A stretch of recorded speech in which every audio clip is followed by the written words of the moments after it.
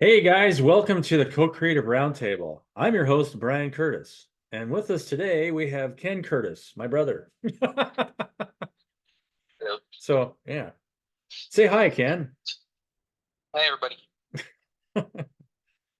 So I intentionally didn't invite anybody to this meeting today because I had somebody invited next week and I was busy today with meetings and other stuff, and I kind of wanted to keep this one shorter anyway. I've got a meeting after this one.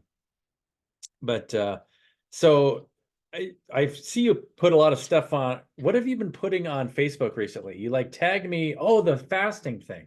Tell me Yeah. about that one. I want to how many fasting experiences did you find on there? Was that just one example? No, that was the first one that I saw because I haven't seen a lot of examples of that or a lot of kind of it's like an anecdotal story because and it's not really official because the identity of the person wasn't named. It was written by this was written back in the 1920s, I guess.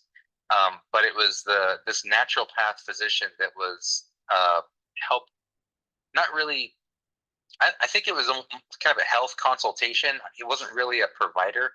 I think it Okay. was this guy that was looking for medical advice through other areas. Right. And it was just something that was written by the health consultant about this guy. Right. And apparently, this person that did this fast um, it was fairly publicized because he was talking to reporters and people were curious about what his experience was like. Um, but as far as different, When did uh, that happen? I forget. You said when it happened. This is like a long time ago, right? yeah, I think it took place in the 1920s. Oh, okay.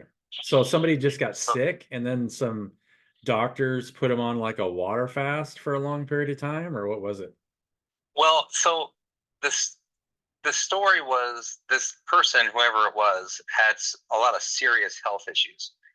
He was almost blind, could barely see anything, but he had cataracts in both eyes. Uh-huh. He had hardening of the arteries. He wasn't really ambulatory, like he couldn't really walk around. Um, he was really laid up, and he was in his. I can't remember how old he said he was. But I mean, he's probably over 60, I would assume. But he had a lot of health issues, and he stated that this person stated that this person was kind of like at the end of the line. He was willing to try anything, because he just wanted to get better. Right. And he was willing to try this fast because this naturopath health consultant guy suggested, hey, maybe try it fast. Right. Um, and he was willing to give it a go. So they kind of just followed his progress through this thing. Um, he was 191 pounds when he started, and by the end, and he fasted for 101 days, nothing but water for 101 days. So just over 3 months. Yeah. And I think the important thing to take away with that is I think a lot of it has to do because most people wouldn't be able to do that if they weren't in the right kind of mental state. Um, and so I think there was some spiritual coaching that came along with this because, Meditation practices like yoga and stuff. Who knows? yeah, yeah. Um, so I mean, I think so. What it said was this guy started the fast by around day 50. I think it said like 56, day 56 or something like that. Uh-huh. He noticed that there wasn't a lot of remarkable changes, but he was able to get around a little better. He was starting to see a little bit better, and his arteries were a little more supple. Hmm. And he was encouraged to keep going. I think they said also that in the first 10 days, he decided to keep going after the first 10 days because he felt like something was happening positively, you know?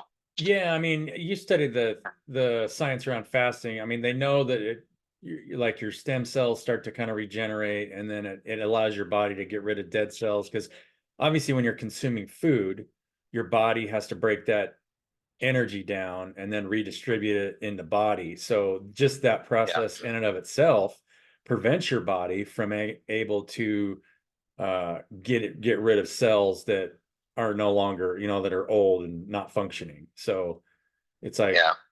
the fasting process does a lot of things, but I think from a mental, like a psychological aspect, it does something different to your body where you're not getting attached energetically to your external environment. Your body has to create its own energy and then kind of consume itself at the same time. Yeah. What I always thought was interesting was uh the stories of like monks where they're just sitting down and they kind of go into a state of stasis if they stop drinking and eating. It's like they get into such a deep meditative state, their body just slowly, they don't die. They almost go into like suspended animation, Yeah. which is weird. That's pretty trippy. Yeah. So I was watching, have you watched any of the recent Jordan Peterson stuff? Like, I see people have, cause it seems like there's a lot of YouTubers making videos about Jordan Peterson and how he's, and Joe Rogan, because there's a video about Joe Rogan and how he was challenging somebody about Jesus's resurrection.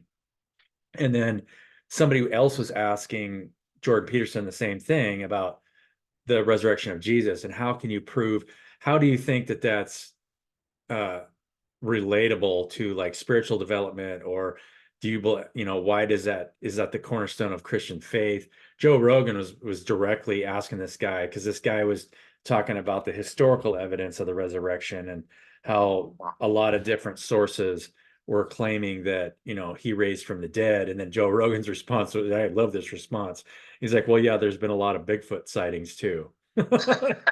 Because, Yeah. how do you differentiate? It's like there's a lot of people that said that Bigfoot exists, but then there's a lot of people that said that they saw someone raised from the dead. So it's Right. like, where do you establish kind of like I think from a historical perspective, you can only, which comes down to the basis of belief, right? Because that's the whole question is, what do you believe? Do you Right. believe in that just because you believe you should, or you believe you taught you should that believe that, or do you believe it based on scientific evidence? That's the one thing that has got me triggered. It's like, why aren't they looking for the scientific evidence of maybe turning your whole body into a light body? So it doesn't matter if the vessel gets temporarily destroyed, if you could reanimate it from a higher state, right? Why aren't they looking at it from a scientific perspective instead of, oh, this is just something I believe in because he was the quote unquote son of God, right?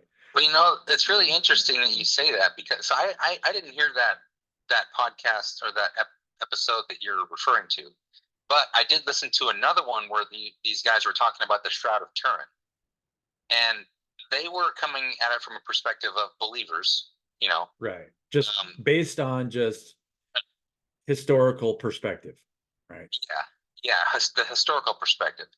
Um, Not necessarily the esoteric one, but but as far as the Shroud of Turin goes, something that they mentioned that was really cool was that when you're when they had the Shroud of Turin out on display, Mm-hmm. um, you no, I don't want to mess this up.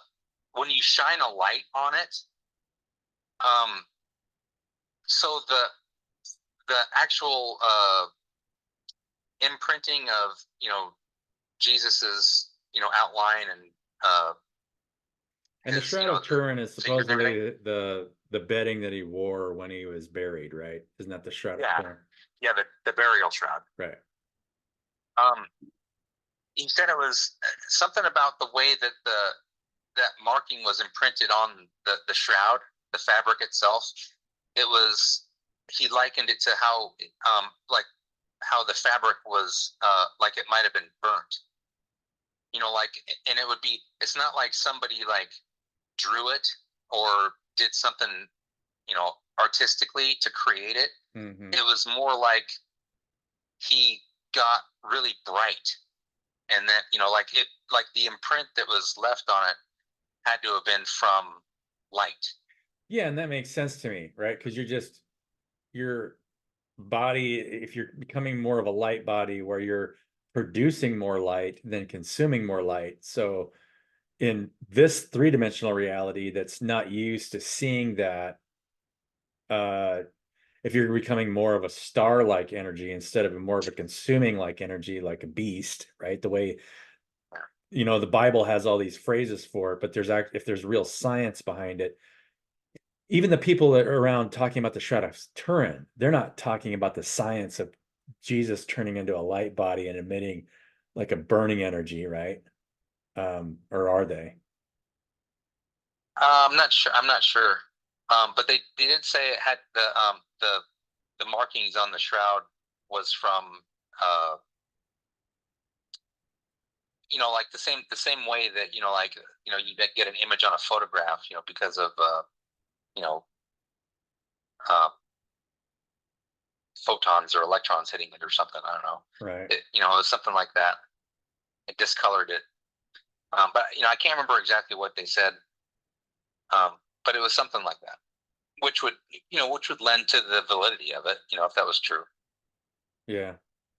Well, to me, it's like radiation, right? Like if you have if you have a high frequency radiation, it'll destroy your body, right? I mean, any kind of high like gamma ray, you sit in a gamma radiation field, and your body starts slowly, it destroys it because it's in a lower energetic state, so it can't conduct high energy frequency. Because the higher for the frequency, the more energy you can carry.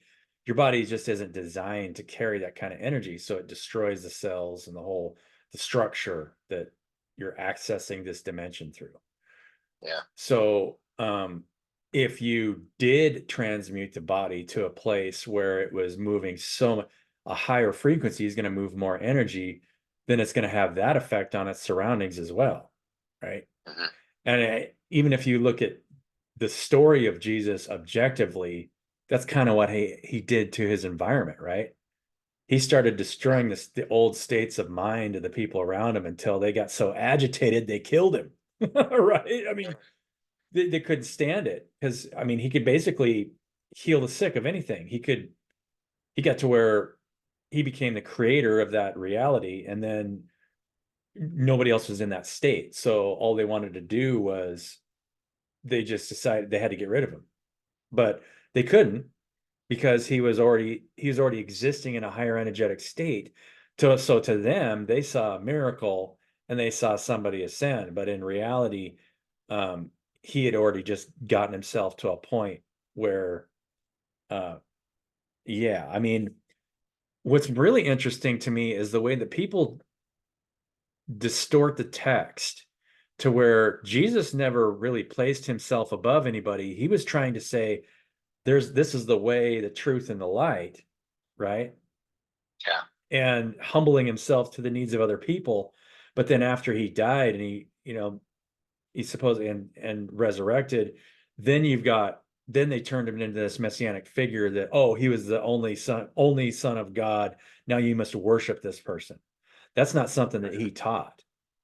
So I think there's a lot of I mean, the whole basis of Christianity is around this, and it doesn't actually teach in a lot of aspects. It doesn't even teach what Jesus was teaching.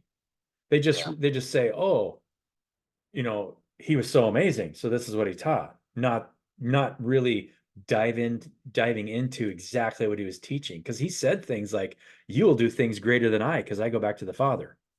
Right? Right. How could he say that if he wasn't telling people, "Hey, all you have to do is what I'm doing, and you can do this," right?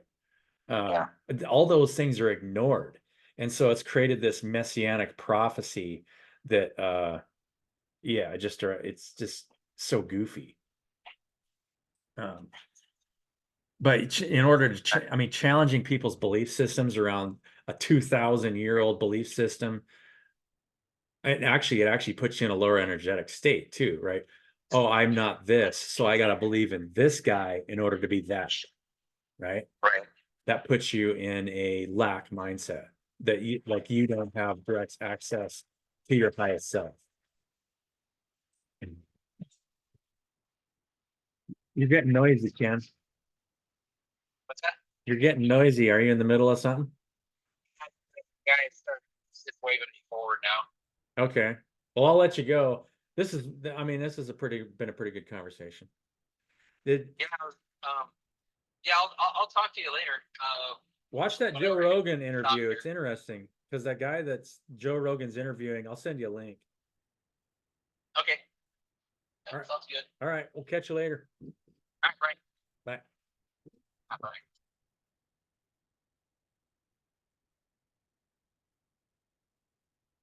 So yeah, guys, this is something that is not well understood. So, and what is the way, right? What was the way that Jesus was teaching? This is the self-discovery manual that I just built, uh, is about that, because if you're providing for your environment, you put yourself in service to it, which is what he was teaching. It teaches you you start to overcome your faith, and you start to get uh, your energy that you put out there starts to come back. And what happens is you start to get more in line with your higher self, because you can see that you're co-creating with the universe. You'll start to see that you're co-creating. You're no longer um, trying to fight your environment anyway, right? I mean, but and so you kind of fall in love with your environment, where you say, hey, all these people, all they have to do is this, and they'll start elevating in consciousness. The way that they see each other will change. You'll see yourself and other people in lower states of awareness, and then all of a sudden you can serve those people in a more profound way. uh, and I believe that that's the direction that all of us have to go in order to prepare ourselves to the shift. It's just an electrical circuit. It's all based in science. It has nothing to do with some kind of belief in la land, as though, I need to believe in this messianic figure that lived 2000 years ago, or else I'm going to hell. I mean, that concept is so foreign to me personally, growing up in that system, because I grew up in religious systems. But just thinking, I was like, no, that does not make sense from a perspective. I mean, you can believe in what somebody was teaching and say, oh, look, this is what he was teaching for a specific reason, and this is what he's telling you to do for yourself and for the people around you. But when it comes to, you know, if you only believe in this one guy who was basically seeded information that's happening periodically over millennia, right? I mean, if you look at the Epic of Gilgamesh and all this stuff, it keeps repeating this same story of somebody who's gotten the right information at the right time to seed populations. And right now we're going through a 24,000 year cycle. So 24,000 years ago, what happened then? I believe the planet saw a large evolution of a large group of people of consciousness that lasted thousands of years, that disappeared after um, the 13,000 year shift. Because every 13,000 years, if we have that energetic shift, which has shown that we do every 13,000 years, then I mean, we lost that history. We can't go. It's really hard to see what happened on this planet energetically over 13,000 years ago. We can come to some conclusions, that Plato wrote and Socrates wrote, and some of the things that were lost in the uh, library at Alexandria, right? I mean, there was so much stuff lost when Alexandria burnt down that we just don't have the material. You know, Maybe there was stuff in there about a previous civilization that was before 13,000 years ago. And they talk about the age of Atlantis, right? Where there was those two big groups of people that ended up going to war with each other, Oceania and the other one. And that could have been the end. And that's is what I believe. This was the end of that 13,000 year period. That was the end of what we're going through now, the evolution of consciousness. So I'd love to hear you guys' thoughts about this. I'm going to post this video on my YouTube channel. Freedom, make some comments. What do you think? You're actually, through fasting, meditation, and other practices, you're just perfecting the body. All you're doing is getting rid of negative, but you have to stay in your creative cycle. Because if you just sit there and just stagnate, right? If I just put myself in a stagnated state and I do nothing, and I've thought about this, I mean, you could do that, right? You could get yourself in just daily meditation practices and stagnate to where you're not doing anything. But you're not becoming a conductor. You're trying to become a more efficient conductor. So you're providing information and energy to your environment, and that's what's going to open you up to be able to transmit downloads into your environment. Because it's like a vacuum cleaner doesn't run until you plug it in the socket, if that makes sense. So you're plugging yourself into your higher self and your source there's no reason for that energy transference to occur if you're not openly speaking into it, right? And so this is the purpose behind my co-creative roundtable and my co-creative project that I've started, right? Because it's one thing to you can transmute the body, and it could be that we're going to get to a place where we're so self-sufficient within ourselves that uh, co-creation, you want co-creation to be natural, so you're not feeding off of each other energetically, right?